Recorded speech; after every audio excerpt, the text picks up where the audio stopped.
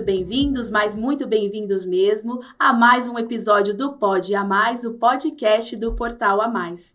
Hoje vamos fazer um especial que nós estamos aí há 5 dias das eleições, então eu vou pedir só um minutinho de vocês, porque a gente vai falar de eleições, então eu vou só fazer uma coisinha aqui com o meu entrevistado. O senhor dá licença só um pouquinho? Precisa levantar, você... Vou só prender a sua cadeira. Tá bom. Gente, aqui foi só uma brincadeira diante, do cenário que nós temos tido aí nas eleições em São Paulo. Eu estou aqui com o Dr. Leonardo Freire. Seja muito bem-vindo, doutor. Obrigado, Ariane. Obrigado aos amigos do podcast. É uma alegria grande poder estar aqui com vocês. Vamos falar um pouquinho de eleição, vamos falar um pouquinho do que vai acontecer aí nos próximos dias, né? Que são sempre muito importantes para a gente manter os governos que vão indo bem, ou para a gente trocar aqueles que estão escorregando, que estão pisando na bola. Vamos ver o que vai acontecer nos próximos dias e a gente está bastante confiante aí na maturidade do eleitor brasileiro e que não caia na tentação de trocar o que é certo pelo que é duvidoso.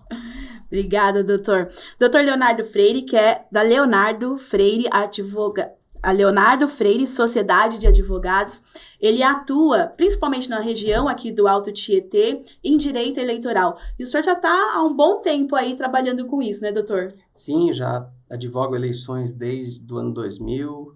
Eu brinco dizendo que eu sou advogado eleitoralista desde o tempo que não precisava de advogado nas eleições, né? O advogado ele servia mais para separar a briga de militante do que propriamente para uma atuação jurídica mais densa. E isso, com o passar do tempo, foi mudando.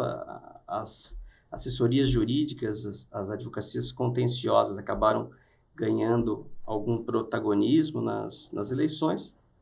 E a gente está atuando aqui na região, temos campanhas em praticamente todas as cidades e estamos em frente aí. Uhum.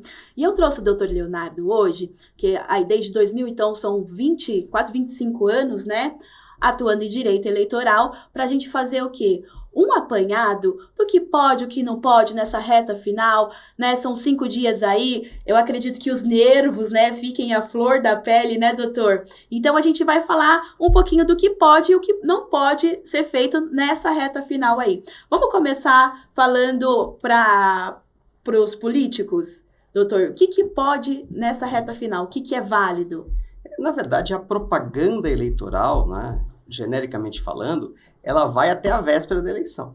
Então, até a véspera da eleição podem ser feitos aqueles eventos de panfletagem, pode ser feita carreata, caminhada, pode ser feita bandeiraço, todos esses eventos que têm por objetivo angariar votos, né, tem por objetivo conquistar o voto do eleitor, eles podem ser feitos até a véspera das eleições. Já. No dia da eleição, não pode ser feito nenhum ato de campanha sob pena de configurar o crime de boca de urna. Né? Então, basicamente é isso. Mas tem alguns outros detalhes, por exemplo, o comício. O comício só pode até a quinta-feira, né? Só pode até a meia-noite, às 23h59 da quinta-feira. O comício de encerramento pode ser estendido ainda um pouco mais, mas quinta-feira é o último dia, e aí a gente vai, impulsionamento de redes também, você não pode fazer até a véspera da eleição, você tem que fazer até 48 horas do início da votação, então tem alguns também detalhezinhos o impulsionamento, aí, né, que hoje as redes sociais é um grande caminho aí de divulgação, então as redes sociais, Facebook, Instagram, YouTube, enfim, só até 48 horas, então até a meia-noite.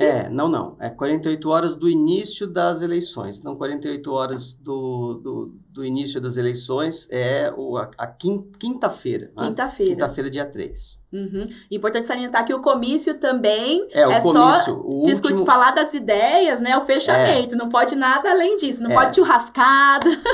Antigamente a gente tinha os eventos esses eventos de campanha, os chamados showmícios, né? E era tudo absolutamente permitido pela lei. Então, muitas vezes a pessoa ia no show do PT na sexta, do PSDB no sábado e no do PMDB no domingo. E pouco importava para o eleitor quem era o candidato. Hoje em dia isso não existe mais, né? Assim como não existem mais aquelas festas, ao menos oficialmente não existem mais aquelas festas com bebida, com comilança, com brinde, isso daí não pode mais para a campanha eleitoral. Tá? Então, comício hoje é só comício, é o político dizer para o eleitor por que ele está ali, por que ele tem que ser votado. Isso daí até quinta-feira, 23h59, ele pode fazer. Dali para frente, ele pode ter outros atos de campanha, mas não comícios. Aliás, quem é arujaense, né? Eu era bem criança nessa época, vai lembrar dos showmícios aqui que tinha o Bujão,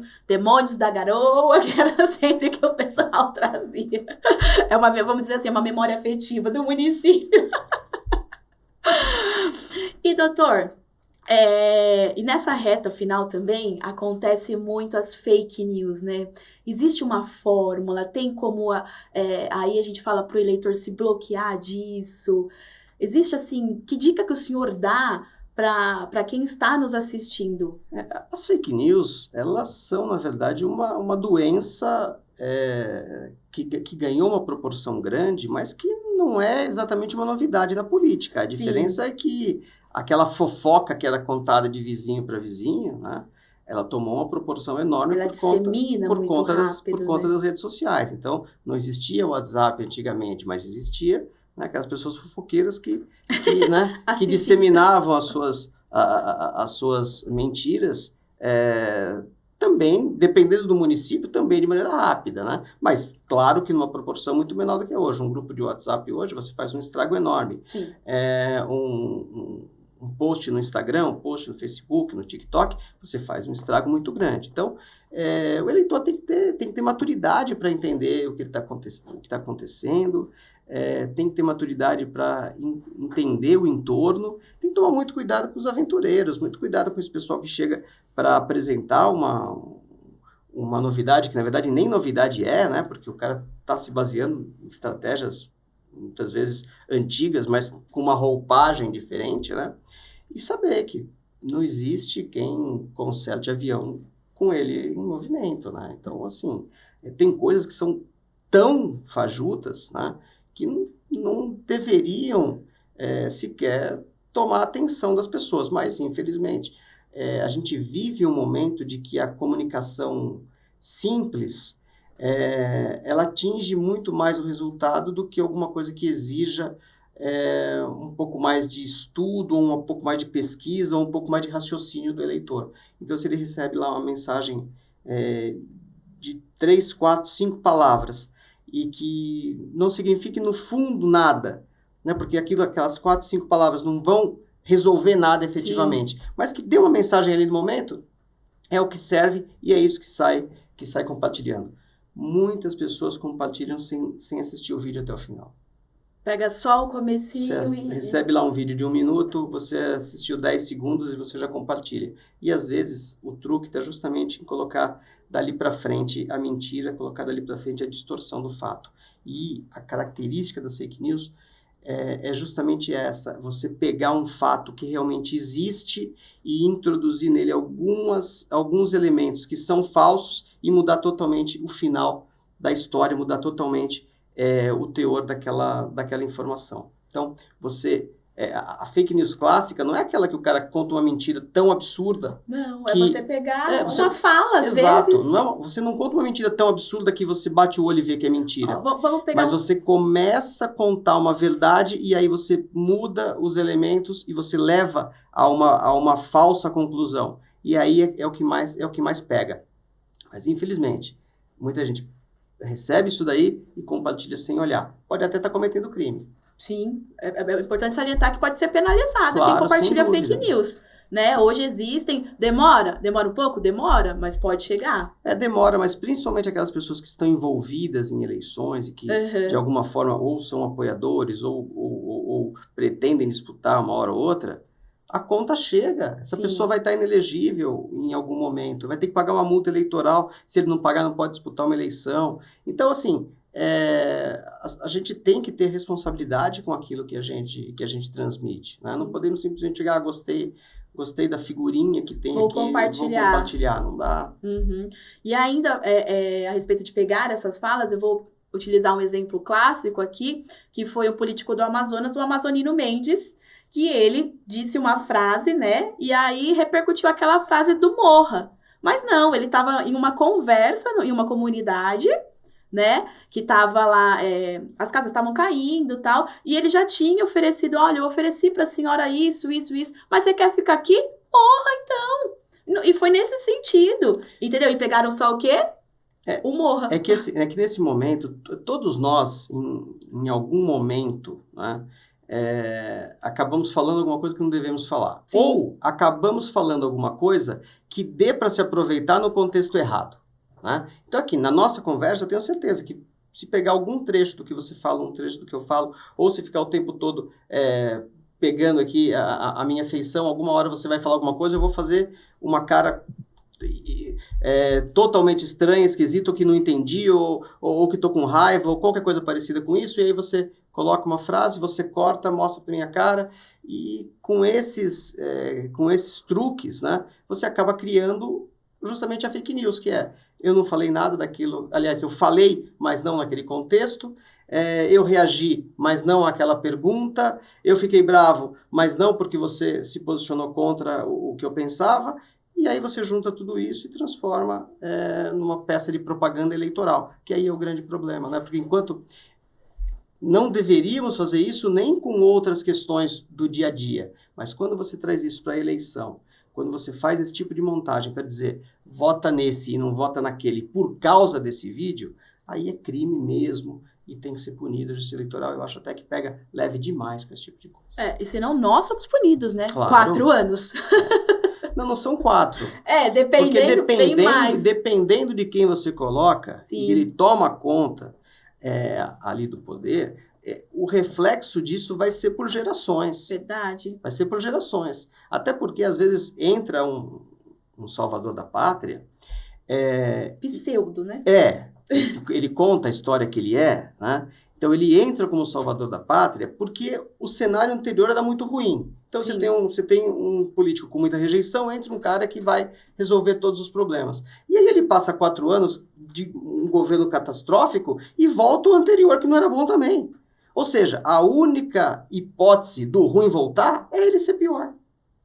Né? E aí você fica com os 2 parâmetros que não são bons. Então, não se iluda achando que são só 4 anos. Pode ser muito mais. Sim. Porque aí você fica nesse binômio que não leva ninguém a nada. E aí, exemplo disso, a gente tem aí a campanha em São Paulo. Até fiz a brincadeira aqui de fingir que eu ia aprender a cadeira do doutor, tal. Que os debates, eles vêm... Hoje não se discute mais ideias. Mas aí também é um pouco de culpa do eleitor. Né? Primeiro, por que as pessoas assistem ao debate? As pessoas assistem o debate para escolher quem é o melhor candidato ou assistem o debate para torcer pelo candidato que eles já escolheram? Eu acho que essa é uma questão. Infelizmente, né? A grande maioria vira aquela torcida organizada. Exato. Deste ou daquele. E eu acho que é totalmente válido que você escolha para torcer para o seu candidato. Acho que é bastante válido isso. Mas acho que deveria ter muito mais espaço para quem não escolheu ainda ter um ambiente saudável para a escolha. Agora, a internet é excelente no sentido de democratizar os meios de comunicação, mas ela também banaliza um pouco, porque são muitos debates, né? São muitos encontros, são muitas entrevistas, são muitas possibilidades, muitos microfones abertos para o sujeito falar o que ele quer falar, e muitas vezes o entretenimento que ele traz é muito mais importante do que a mensagem política. Né? Aí a gente acaba voltando lá no tempo dos showmícios. O cara não vai no showmício para escutar o político. Ele vai para assistir o show. Né? E aí, entre a melhor música e a segunda melhor música, entra o político com o microfone e dá a mensagem dele. A estratégia do show era essa. Né? Quando estava lá no ponto máximo do show, parava de tocar música, entrava o político e fazia o discurso. Uhum. Agora é mais ou menos isso. O cara tá fazendo lá um entretenimento qualquer e no meio ele dá uma pitadinha de política. Com a diferença que essa pitadinha dele normalmente não é para construção da imagem dele, é para destruir o adversário. né? Então ele fala um monte de besteira, né? E a hora que ele vai tocar no assunto política, ele entra para achincalhar o adversário. Eu nunca vi um nível tão baixo em debates eleitorais como eu estou vendo esse ano. Tá demais. Esse é um dos males da democratização da informação, é essa. Todo mundo fala. Não só a verbal, a física, exato. Que é pior. Veja só, é evidente que a agressão física ela é repugnante, né? Mas existe um limite para quanto você aguenta ser ofendido. Exato. Então, não estou recriminando, não. Né? Ó, da Atena. Show com a cadeira. Eu recrimino, mas recrimino também quem deixou chegar naquele ponto, porque Sim, verdade. Como é que você leva para o debate uma pessoa que em todos os debates vai e em cada um deles ele escolhe um para ofender? Agora, por que o Pablo Marçal é convidado para os debates? Mídia. Ele chama... Porque ele é mídia, público. porque a lei não diz que ele deve ser chamado. Ele não é um candidato que obrigatoriamente é chamado. Porque os que são obrigatoriamente chamados são aqueles de partidos que têm representação no Congresso Nacional. Então, o Guilherme Boulos, o partido dele tem representação, o Ricardo Nunes, o partido tem representação, a Tabata do Amaral, o partido tem representação, o Datena, o partido tem representação, e a Maria Helena, o partido tem representação. Né? Estamos falando da eleição da cidade de São Paulo. Capital. O partido do Pablo Marçal não tem representação.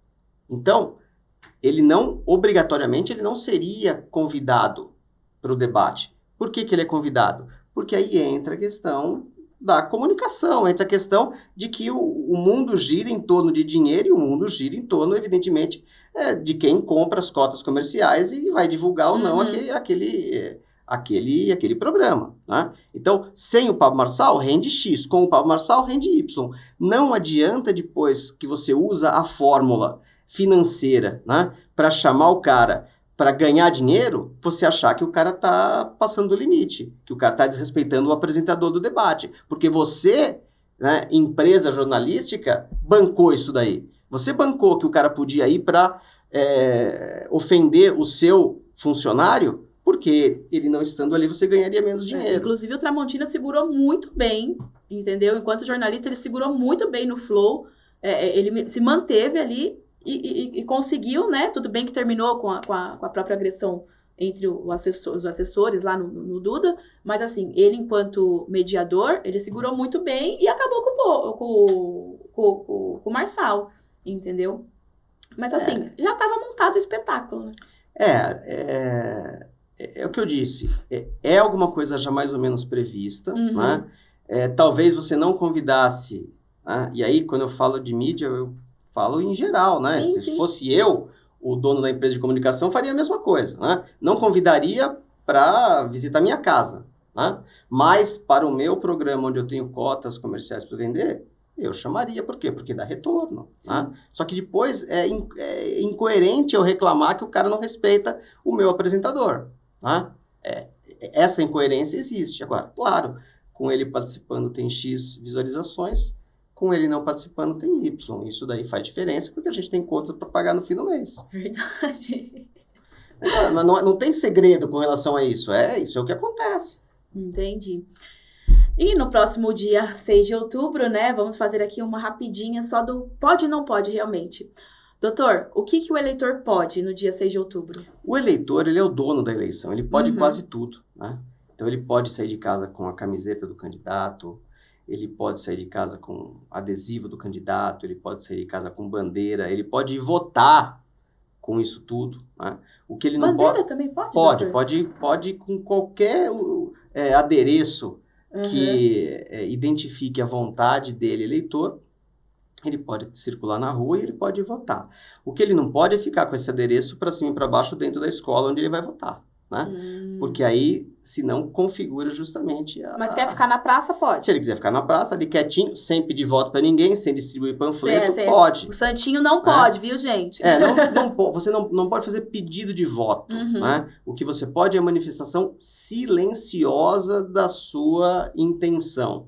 A manifestação silenciosa do seu apoio. O que é a manifestação silenciosa do seu apoio? Você com a bandeirinha, você com a camiseta, você com o adesivo. Né? Isso não tem problema. Agora, se você, além dessas 3 coisas, você está com um punhado de panfleto no bolso, você pode ser preso por boca de urna. Se você tiver com um punhado de panfleto, mesmo sem esses outros elementos, você pode ser preso por boca de urna do mesmo modo. E a multa? Não, aí é crime, né? A boca de urna é crime. Não tem multa, não tem. Como é que procede caso aconteça? Se a autoridade policial, a autoridade judiciária, o Ministério Público pega o sujeito fazendo boca de urna no dia da eleição, vai pegar, vai levar para o distrito policial, vai fazer um termo circunstanciado, vai soltar o sujeito imediatamente, porque não fica enjaulado, mas ele sai, né? Tem juiz que manda segurar até o final do dia, né? Porque aí já sabe que ele não vai sair dali para delinquir novamente na mesma prática. Mas solta ele 5 horas da tarde, depois ele vai responder, ele vai ter que fazer provavelmente um acordo com o Ministério Público Eleitoral, homologar esse acordo para ele não responder criminalmente. Entendi. Né? Só que às vezes o cara já fez isso na última. Pode ser né? Talvez ele não tenha uma amostra grátis mais. Entendi. Né? Agora não é que a cada 2 anos você pode cometer um crime. Entendi, não é assim. eleitoral. Né? Você tem os limites. O Ministério Público não vai te oferecer acordo se você comete crime em toda eleição. Entendi. Então o ideal é que você não faça, né? Vai com a camiseta, conversa com seus vizinhos. Seu vizinho, às vezes você é um apoiador tão chato que o vizinho já olha para você, já sabe em quem você quer que ele vote. Né? Não precisa nem você botar a camiseta. Mas acho muito importante que você realmente que tem a intenção de apoiar um candidato, e eu acho que isso é uma coisa que tá faltando um pouco hoje, é esse apoio genuíno, né? Esse apoio da pessoa realmente dizer em quem ela vai votar e pedir votos para o candidato sem nada em troca. Tá? Isso eu acho que é muito importante que se tenha. E você pode fazer isso, deve fazer isso, mas desde que não fira as regras eleitorais, desde que não cometa crime. Até fazendo o adendo nisso, desse apoio genuíno, eu sempre recriminei, enquanto profissional da comunicação, empresa balançar para esse ou para aquele candidato, que eu acho que, assim, enquanto formador de opinião, não é legal. Mas a Ariane Pessoa, eu tenho candidatos que eu simpatizo, né, que eu acho que podem fazer a diferença e tudo mais. E, assim, o que eu faço, que é a minha forma democrática, que eu acredito, eu tenho 6 pessoas. Doutor, me pediu uma sugestão. Olha, tem este. Sabe assim, eu faço o apanhado dentro daquilo que eu acredito. E mando. Claro, o voto, eu vou votar em um? Vou. Mas assim, eu acho que para a democracia é bacana você oferecer as opções e a pessoa ir lá estudar aquele candidato. Eu penso dessa forma. Né? Eu acho que a imprensa tem um papel importante e eu acho que passou da hora da gente aceitar que a imprensa tem opinião. Sim. A imprensa tem que ter opinião e eventualmente tem que dizer, eu sou do candidato A, B ou C. O que eu acho que não pode, mas aí Leonardo, acho que não pode, é o sujeito disfarçar a opinião de notícia. Exato. Né? Então, quando você fala assim, eu sou a favor do candidato A, do candidato B, do candidato C, você automaticamente já prepara o seu espectador para aquilo que você vai falar a partir do viés que é o viés do que você pensa e que você vai estar sempre levando essa comunicação para ele. Agora, quando você fala, eu sou isento e conta, depois da isenção, você conta um monte de mentira, falando que é notícia, mas na verdade é sua opinião, aí, né, é pilantragem, né? Aí a consciência e o caráter de cada um, né, doutor? É um pouco difícil, mas vamos acreditar que ainda é maioria. Não, mas eu diria para você o seguinte, é impossível você exigir de qualquer profissional a isenção. Porque você carrega uma série de experiências de vida e que te conduzem para o lado A ou para o lado B, né? E que, evidentemente, em qualquer conversa que você faz, você deixa transparecer. Então, você dizer para o cara, não, você tem que ser absolutamente isento. Quem tem que ser absolutamente isento é o juiz. Né? Que ele está entre as partes, ele vai julgar para um lado ou para o outro. Sim. Mas os demais personagens, eles têm opinião.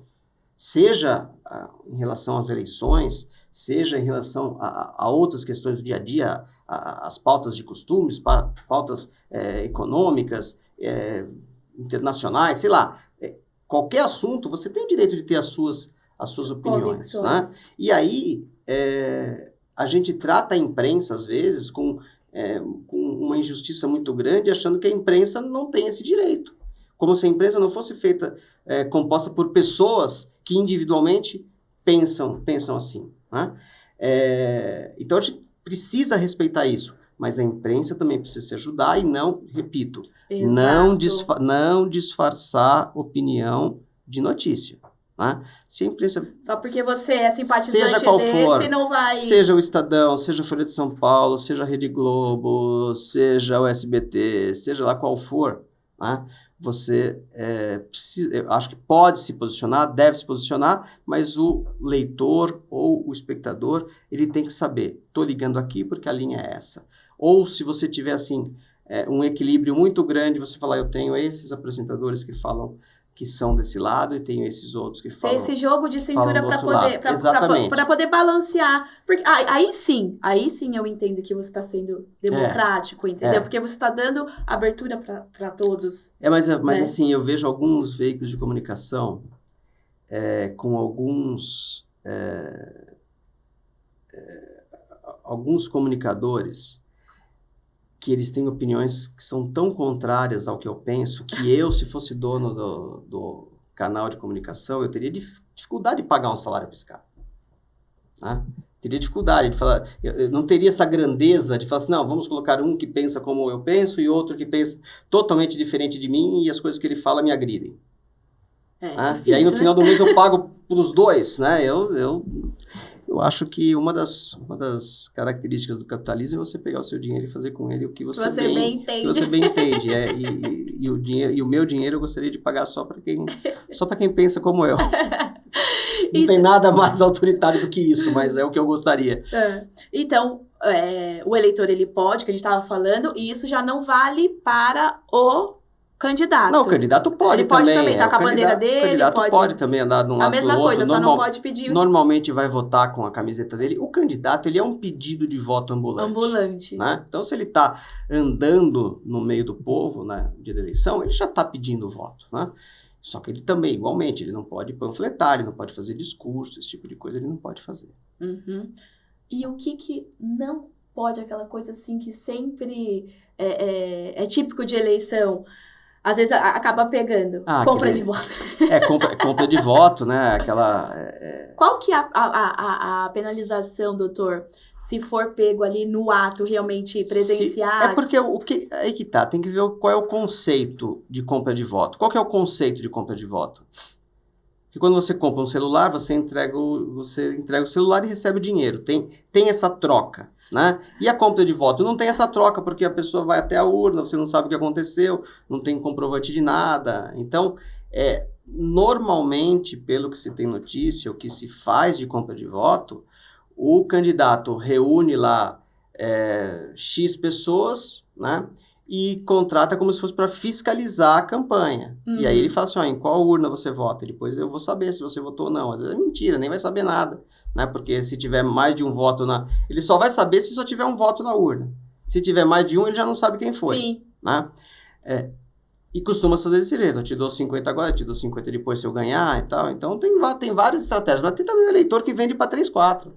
O espertão, né? Então, você pode saber que esse negócio de comprar voto existe, infelizmente existe, mas não é o investimento que você reserva para comprar voto, ele não volta 100%, porque tem escapa muito aí no meio, né? Escapa demais.